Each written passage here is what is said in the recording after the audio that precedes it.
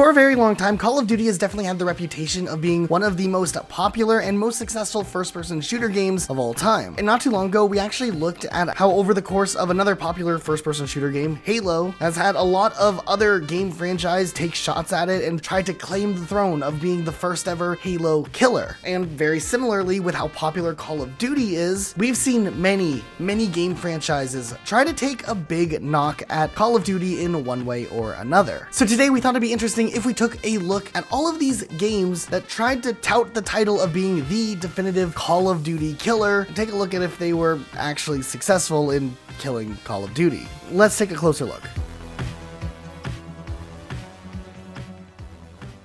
But real quick, before we jump into this video, we've seen some really crazy action moments throughout the Call of Duty franchise. I mean, some nail-biting and dangerous things. But the operators in Call of Duty are smart and are trained for everything and anything, and that's why we're pretty confident that when browsing online, even Captain Price would probably use NordVPN. Listen, when it comes to gaming or browsing the web, internet safety and security is definitely something that you should be thinking about, because you don't want to be playing Call of Duty and just doing really well and then all of a sudden get DDoSed. NordVPN is a great service that not only gives you peace of mind when you're browsing the web, but also secures your personal data and internet activity. And honestly, we're really hyped that NordVPN decided to sponsor Rocket Sloth. I mean, I feel like we finally have made it as YouTubers. And honestly, we just love all of the things that NordVPN has to offer. You can change your virtual location so you can unblock a game that may have a geo-restricted server or filter on it. You can also swoop up discounts that are available in other regions when you're looking for games to buy. Seriously, changing your location is super easy, and honestly, just being able to have next-gen encryption while also having that security is something that we think is really awesome. So make sure you guys go and sign up for NordVPN using our link down below. It's a special Rocket Sloth link. It can get you 61% off a 2-year plan, and you get a 30-day money-back guarantee if you aren't satisfied. And hey, by signing up using our link, it helps us out in making content like this, and that's something that's really cool. Okay, let's go ahead and get back into the video. What's really interesting though about Call of Duty's success is in the earliest of days, it set out to capitalize on the success of the World War II genre, with the Medal of Honor series already being super successful, and the team who worked on Call of Duty consisting of many devs who actually worked on Medal of Honor Allied Assault. Call of Duty in a way was born to be a direct competition to Medal of Honor. So one thing that's really interesting is years and years later, when Call of Duty was hitting new peaks of success with Call of Duty 4 Modern Warfare, bringing Call of Duty to a more modern time, and just the huge boom that it had when multiplayer was really starting to kick off on Xbox Live. In turn, Medal of Honor actually decided to try to pivot their own brand to compete back with Call of Duty, and in the late 2000s it was pretty obvious EA was trying to throw everything that they could at Call of Duty to try to take some of the players that were actively playing in the very popular genre at the time. We'll talk a little bit more about EA's Battlefield franchise in just a second, but just for context, Call of Duty Modern Warfare 2 was widely successful in 2009, and 2010 EA really wanted a slice of that market. So not only did EA throw out Battlefield Bad Company 2 early on in 2010, which was just a couple of months after Modern Warfare 2's release, they also threw a brand new modern reboot of Medal of Honor in late 2010 to compete with Call of Duty Black Ops. Now the game itself was interesting, there was ambition there, but ultimately the game didn't really do all that well. It ended up being pretty mediocre as far as reviews were concerned, and as far as sales were also concerned, the game didn't really sell all that well. But it is really interesting to realize that Medal of Honor was developed by Danger Close Games and EA DICE, and this was a pretty big effort to try to capture as much market away from Call of Duty. Even more so, when Medal of Honor released, they even advertised access to the Battlefield 3 beta as one of the pre-order bonuses if you bought a special edition of Medal of Honor. And while it's interesting to see that EA was pushing Battlefield, then Medal of Honor, then Battlefield again, and then they even did another Medal of Honor despite the fact that the 2010 one wasn't really that well received. Medal of Honor Warfighter, which released in 2013, was also pretty mid across the board and also performed well under the estimated sales that EA had expected, and pretty much after that they decided to focus more in on the Battlefield franchise. Now Battlefield has a little bit more of an interesting history because the franchise has existed for a longer time than Call of Duty. But for sure, Battlefield saw a massive resurgence when online first-person shooter games became hugely popular on services like Xbox Live, and that's when Battlefield really had its franchise utilized to compete directly against Call of Duty. With the Battlefield franchise, for the most part, the games existed pretty much in the PC space, with the exception of Battlefield 2 Modern Combat, releasing on the PS2, PS3, and Xbox 360. It wouldn't actually be until Battlefield Bad Company in 2008, after the massive success of Call of Duty 4 Modern Warfare occurring in 2007, do we really start to see a push from EA to try to get a game that could compete alongside Call of Duty. Battlefield Bad Company 1 was actually a pretty positively received game with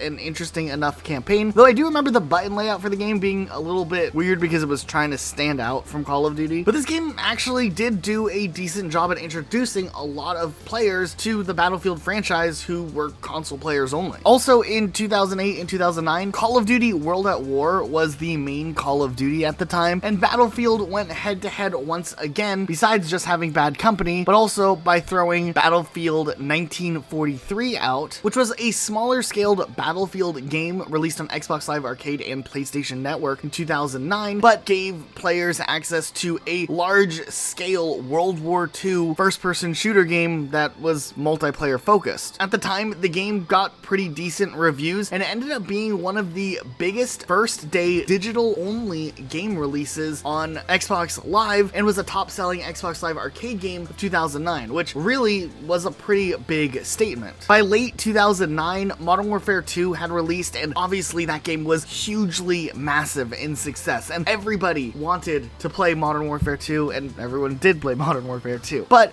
a couple of months later, the new year rolls by, and people start looking for something else to play, and boom, Battlefield Bad Company 2 comes out, and honestly was probably the only game that maybe came remotely close to actually giving Call of Duty a real run for its money. Obviously, Modern Warfare 2 would be astronomically more successful than anything, but Battlefield Bad Company 2 did solidify a player base that absolutely loved the Battlefield games. The gameplay itself was so different from Modern Warfare 2 while still being a first-person shooter that this game was able to exist separately, where people who were looking for a fresh experience, something in a more wide open space that wasn't necessarily as close quarters, you didn't have to worry about people 360 no-scoping you off of the top of Rust regularly. This was a game that people could play, and a lot of people really did enjoy Battlefield Bad Company 2. And this game would be pretty instrumental in shaping what the Battlefield games would look like moving forward. In 2011, to compete against Modern Warfare 3, we would see Battlefield 3 release, which was in its own right still pretty popular. Though Modern Warfare 3 was honestly riding on the hype of Call of Duty and was the best-selling Call of Duty game of all time, it wasn't really looking like Battlefield would actually realistically be able to take a knock at the Call of Duty franchise, but still Battlefield continued to have a pretty decent run when Battlefield 4 released, despite it being pretty broken. It ended up being one of the most popular Battlefield games of all time,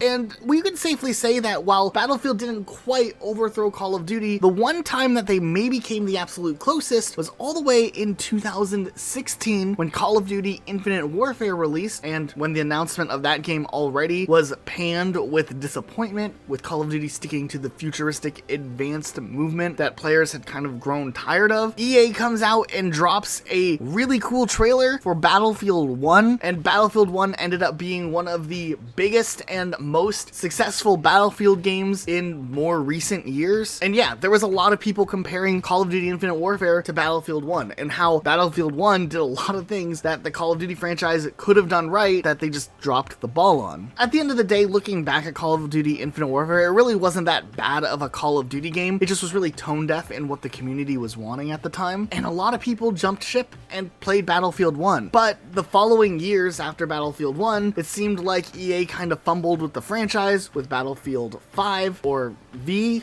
still confusing how that works, and Battlefield 2042, where Call of Duty had a massive resurgence with the popularity of Modern Warfare 2019, Warzone, and Call of Duty Black Ops Cold War, which was one of the best-selling Call of Duty games of all time. Call of Duty reclaimed the throne, and then surprisingly enough, where Call of Duty Vanguard wasn't really received as well, they could have easily been dethroned had Battlefield 2042 been received well. but that game ended up having its own slew of issues. But for a brief period, Battlefield 1 kind of took a lot of the thunder from underneath Call of Duty before Call of Duty kind of snapped back and got back organized again. Also, some of you might actually remember the Combat Arms game that was a free-to-play multiplayer FPS game that only ever made its way onto Microsoft Windows and was released in 2008 and definitely borrowed a lot of popular gameplay elements that were found in a lot of commercially successful first-person shooter games like Crossfire, Counter-Strike, or Call of Duty. Interestingly enough though, this game did survive to an extent online, having some big popular player bases outside of North America, and the game has been sold off to various companies and other development teams, but somehow this game is still going to this day. Now, much like how Call of Duty was born out of a team of people who worked on Medal of Honor, breaking off and making a new studio, we could take a look at the Titanfall franchise as one that kind of did the same exact thing. Essentially, during the development of Modern Warfare 3, many staff members at Infinity Ward ended up leaving the studio and thus set off to start the new studio, Respawn Entertainment, who would quickly earn funding from EA, and in 2014, Titanfall released as a launch title for the Xbox One and also released on Microsoft Windows and Xbox 360. Now, obviously, this game wasn't a Call of Duty killer in the same vein that Call of Duty blew up in popularity over Medal of Honor, though Titanfall did set the groundwork for a very successful follow-up game, Titanfall 2, that to this day is still very loved by fans, and a lot of people are still waiting for the one-day Titanfall 3. Of course, Respawn Entertainment also would eventually go on to capitalize on the Battle Royale hype and create Apex Legends, which to this day is one of Call of Duty Warzone's biggest competitions and biggest competitors. So while Respawn Entertainment didn't kill the classic Call of Duty experience, it definitely gave the newer era of Call of Duty a decent run for its money. Now, of course, over the years, there's been a ton of video games that have popped up to try to capitalize on some of the popularity that Call of Duty had garnered. We've seen some game franchise even pivot to match what Call of Duty is doing, like the Ghost Warrior series of games. I mean, they practically switched to a modern setting right after Modern Warfare 2 was popular after doing the World War II thing that Call of Duty had been doing before. And while these games always come up from time to time, it is interesting to see the ones that do end up getting a little bit more traction. Like more recently, the game Insurgency Sandstorm released on the Xbox, where it already was on PC for a while, and a lot of people did jump onto that game for a little while on the console side of things just because of the hyper-realistic gameplay, but that gameplay also became one of the biggest criticisms about the pacing of the game itself. Warface is a free-to-play, practically as straightforward as it gets Call of Duty clones that is massively successful just because of the accessibility of the game being free-to-play, and the fact that the game can run on pretty much any hardware makes this game very popular on the PC, but also they're able to throw ports up pretty much everywhere, or even if you have a Switch, you can jump on and play some Warface. So while this game is very obviously a straight up quote-unquote idea